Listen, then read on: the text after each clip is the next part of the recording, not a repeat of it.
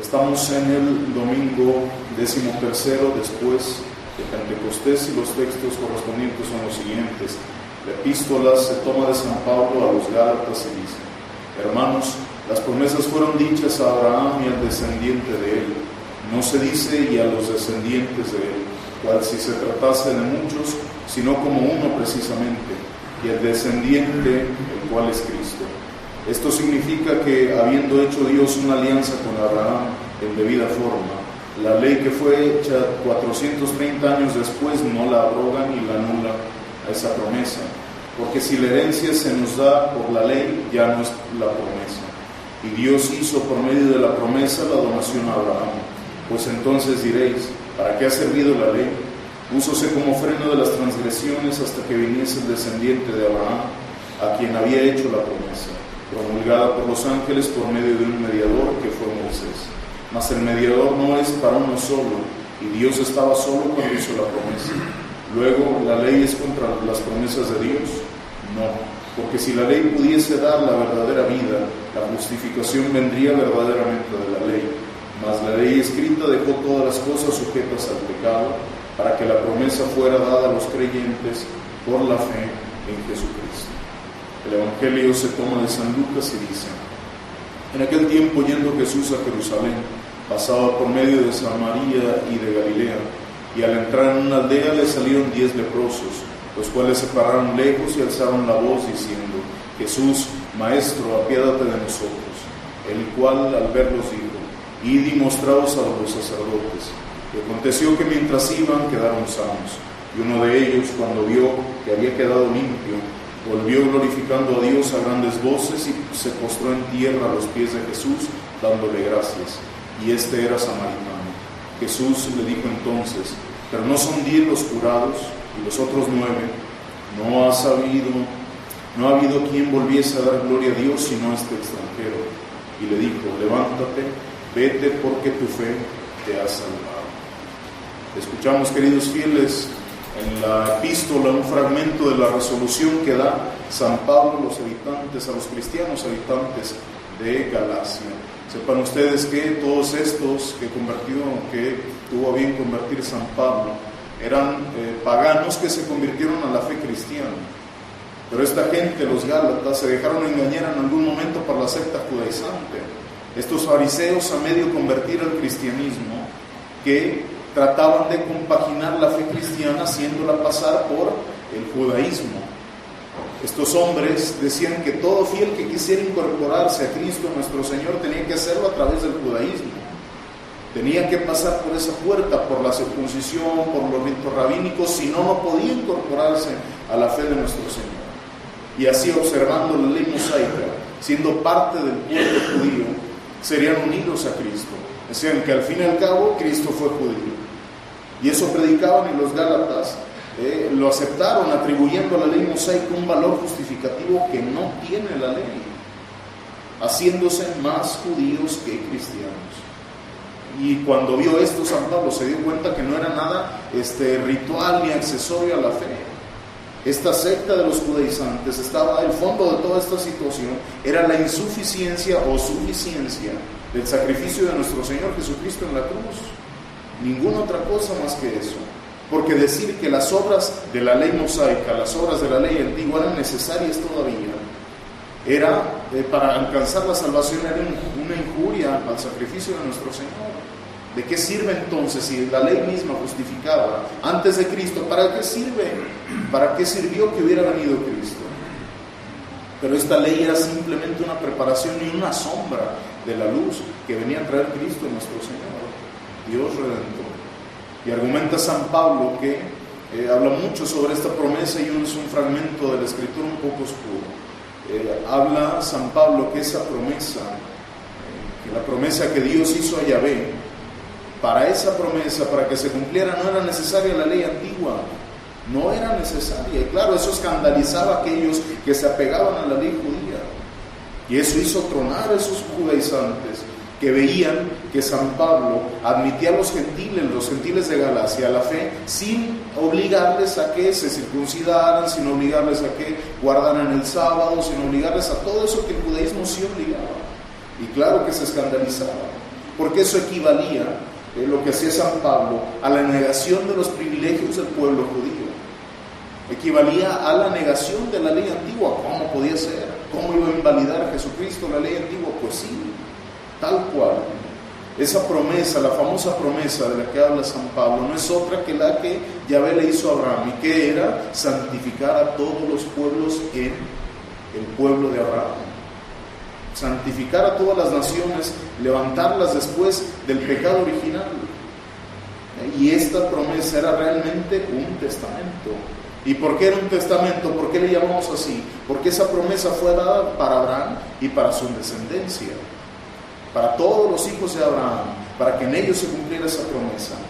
Y dice, no es por ley por lo que Dios la promete, porque si fuera por ley no sería un regalo de parte de nuestro Señor para la humanidad, como lo fue. Después de que el hombre cayera, después de que el hombre pecara, no le debía nada Dios al hombre, nada. Por obligación no le debía nada más que justicia, hacerle justicia, condenarle. Eso era lo que debía a la humanidad, pero Dios en su liberalidad, en su amor, en su misericordia quiso levantar al hombre y le dio esa promesa: yo te voy a redimir, te voy a levantar de ese estado de desgracia. Porque si le tocara eso al hombre por ley, ya no sería una dádiva de nuestro Señor. Imaginen ustedes, un padre de familia que le dice a su hijo: mira, todas mis tierras, todo mi haber, todo lo que tengo, te lo voy a regalar. Pero la ley le exigiera hacer eso. ¿Cuál regalo sería si le tuvieran que cumplir por ley? Entonces, no es el caso de nuestro Señor, no es el caso de la humanidad. Dios le quiso dar ese regalo de la redención al hombre por pura misericordia, no por ley. Y esa promesa proviene de la liberalidad de nuestro Señor. Y esa promesa no estaba condicionada al cumplimiento de la ley, como decía esta gente. Para que sea redimido el hombre, tiene que cumplir la ley mosaica. Y argumenta San Pablo, ¿cómo va a estar sujeta, cómo va a estar condicionada el cumplimiento de esa promesa en una ley que se dio siglos después de la promesa? O sea, Dios prometió a Abraham eso, y siglos después provino la ley. Siglos después, en el Sinaí, promulgó la ley nuestro Señor. Entonces, ¿cómo era posible que estuviera sujeta? Es imposible eso. Entonces dicen, ¿para qué servía la ley? Fácil. La ley surgió a raíz de la perversión, la idolatría, la infidelidad del pueblo hebreo. Cuando vio Dios que se estaba desordenando terrible, que justamente para lo que lo congregó, para guardarse de la idolatría, del paganismo, justamente estaba cumpliendo eso, necesitaba el pueblo judío una ley que refrenara sus sentidos, una ley que frenara sus perversiones y que la castigara. Eso necesitaba, y por eso la necesidad de esa ley. Porque si la ley por sí misma alcanzara gracia, si la ley por sí misma nos redimiera, ¿para qué era necesario un redentor? Para nada. ¿Para qué vino Cristo? Para nada. Si ya con la ley era suficiente alcanzar la salvación. Pero la ley no era para eso. La ley mosaica únicamente se limitaba a decir que era pecado y a prohibir ese pecado.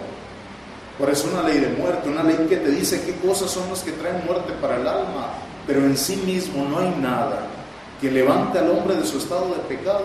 Entonces, ¿cómo antes de nuestro Señor, cómo se salvaba la gente? Sí se podía salvar, claro, en virtud a la promesa, en virtud a creer en el Mesías.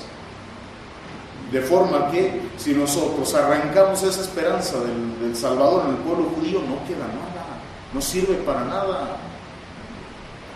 No sirve para nada esa ley, porque para salvarse no basta ser hijo de Abraham, no basta tener la sangre del pueblo judío, no basta, de forma que no sirve para nada si le arrancamos esa promesa.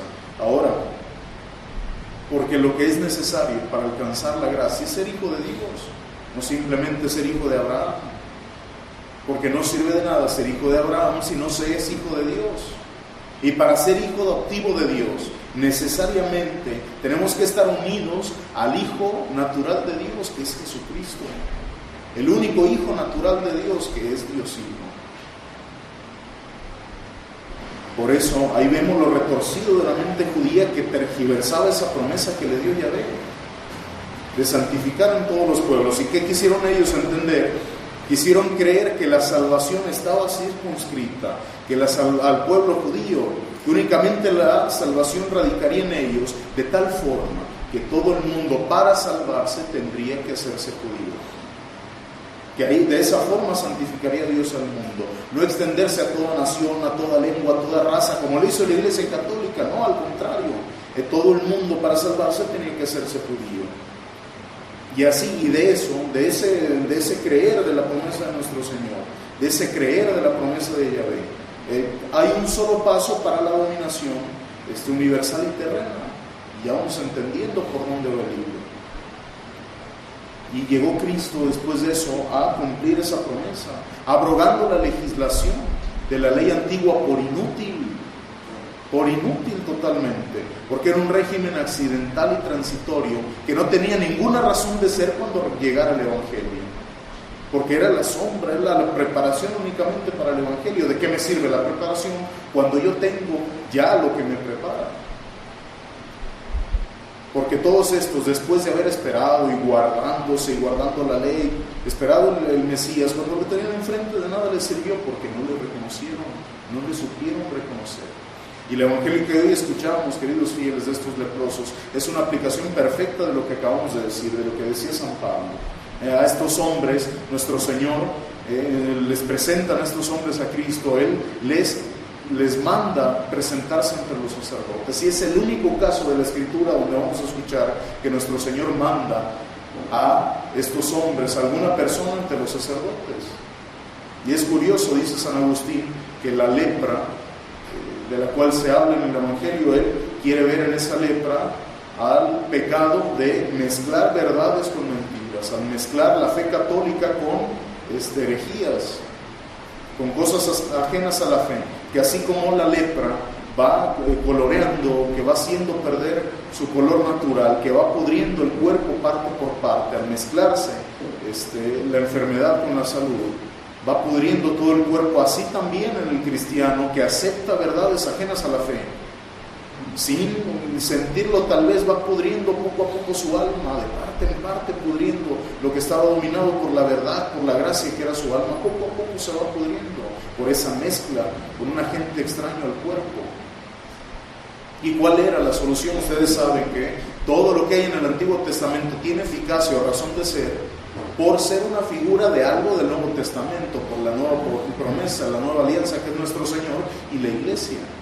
Y en el caso de los sacerdotes, esos sacerdotes del Antiguo Testamento que se encargaban de asperjar la sangre, que justificaba de sacrificar las bestias en el templo, era simplemente una figura del sacerdocio católico. Y cuando los envía nuestro Señor a estos leprosos, quiere ver San Agustín que cuando estamos fallando en la fe, cuando tenemos un defecto en nuestra fe, en nuestra alma, ¿a quién tenemos que acudir? Al sacerdote, al ministro de la gracia, al canal de la gracia que es el sacerdote. Y cuando estos hombres son enviados, vean ustedes, que ellos muy posiblemente ya habían escuchado que Jesucristo nuestro Señor simplemente con querer al momento sanaba a la gente, porque era el Señor de la vida, de la muerte, de la salud. Y estos hombres que reciben a cambio, no reciben esa curación inmediata. Y cuando escucharon eso, vaya y preséntese a los sacerdotes, bien pudieran haberse dado la vuelta y decir, bueno, no recibimos nada, este hombre no obra milagros, seguimos igual que como antes que llegamos. Pero estos hombres no lo hacen, se dirigen rápidamente al templo. ¿A qué? A presentarse al sacerdote, porque ¿quién se presentaba cuando los leprosos eran sanados de alguna forma? Se presentaban al sacerdote a que los declarara sanos. Y estos hombres en el camino se dan cuenta que al emprender ese camino, al hacer caso a la voz de nuestro Señor, quedan limpios de repente de su mal. Quedan limpios, sí. Había 9 que eran judíos y 1 que era samaritano, que ya hablábamos de los samaritanos el domingo pasado. Esta gente que adoraba a Dios, una de las principales diferencias que había entre un judío y un samaritano era que el samaritano no adoraba a Yahvé en el templo de Jerusalén. No lo adoraba allá, lo adoraba en su región, en Jericín. Ahí era donde tenían su templo, y entonces estos hombres al verse curados, mira, ya listo, ya quedó, vamos a presentarnos al templo judío. Pero el samaritano, ajeno a la fe judía, ajeno a la fe del pueblo hebreo, cuando se ve curado, regresa a donde estaba nuestro Señor, porque no ve algo ordinario, Porque no ve algo que, bueno, sí, cualquier persona quiere hacer curar, listo, vete a curar y se acabó. No, ve un efecto extraordinario en él por la palabra de Cristo. Y no lo toma a la ligera, en ese momento se detiene y se da la vuelta y va ante nuestro Señor. Y se postra a sus pies y le agradece. Los otros sí, mira, los judíos practicantes, observantes, fueron al templo, pero este hombre, lejos de ir a la fuente de la profecía, se va al profetizado, porque ve en Cristo un poder que únicamente tiene el Mesías, que únicamente tiene Dios. Y se postra ante nuestro Señor y le agradece profundamente y le reconoce Mesías. Y reconocen en la figura de nuestro Señor al Mesías. Aquellos tuvieron salud de cuerpo, pero este hombre, por su gratitud, no solo de cuerpo, sino de su alma, se hizo cristiano. Se hizo cristiano. Y ese es un efecto de la gratitud con nuestro Señor, queridos fieles. Mucho pedimos a Dios, mucho suplicamos cuando necesitamos, pero hay un género de oración que no conocemos, que es la de agradecimiento, que es la de gratitud.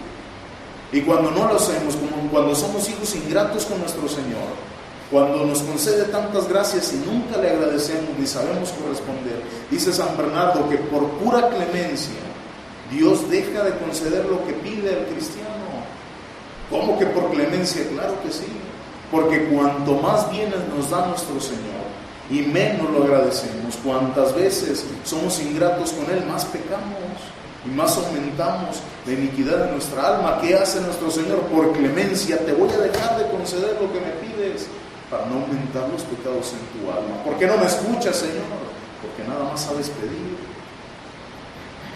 Seamos hijos agradecidos, queridos fieles, como este samaritano, que concluye este evangelio diciendo: tu fe te ha salvado, porque creíste en lo que yo dije. Porque contra toda esperanza humana, contra toda esperanza natural, de verte, sí, bueno, tengo que ir, emprender ese viaje otra vez al templo, regresarme tan enfermo como que llegué. Por la fe de lo que le decía Cristo, este hombre recibió la salud de alma y cuerpo. Pues así también nosotros, queridos fieles, seamos hijos agradecidos con nuestro Señor. Tengamos esa conversión que tuvo este hombre. No solo recibió esa salud, sino la salud eterna. Pues pidamos a María Santísima, queridos fieles, a ella que fue un ejemplo de abandono en la fe a Cristo, la primera en creer en Cristo, nos alcance esa gracia de creer, esperar y saber agradecer como hijos del Padre Eterno. Señor Dios nuestro, y que nos dé la gracia también de junto a ella, María Santísima, cantar las alabanzas eternas delante de nuestro Señor, donde es para sus santos luz verdadera, saciedad plena y gozo sin fin. Ave María Purísima. En el nombre del Padre, del Hijo y del Espíritu Santo. Amén.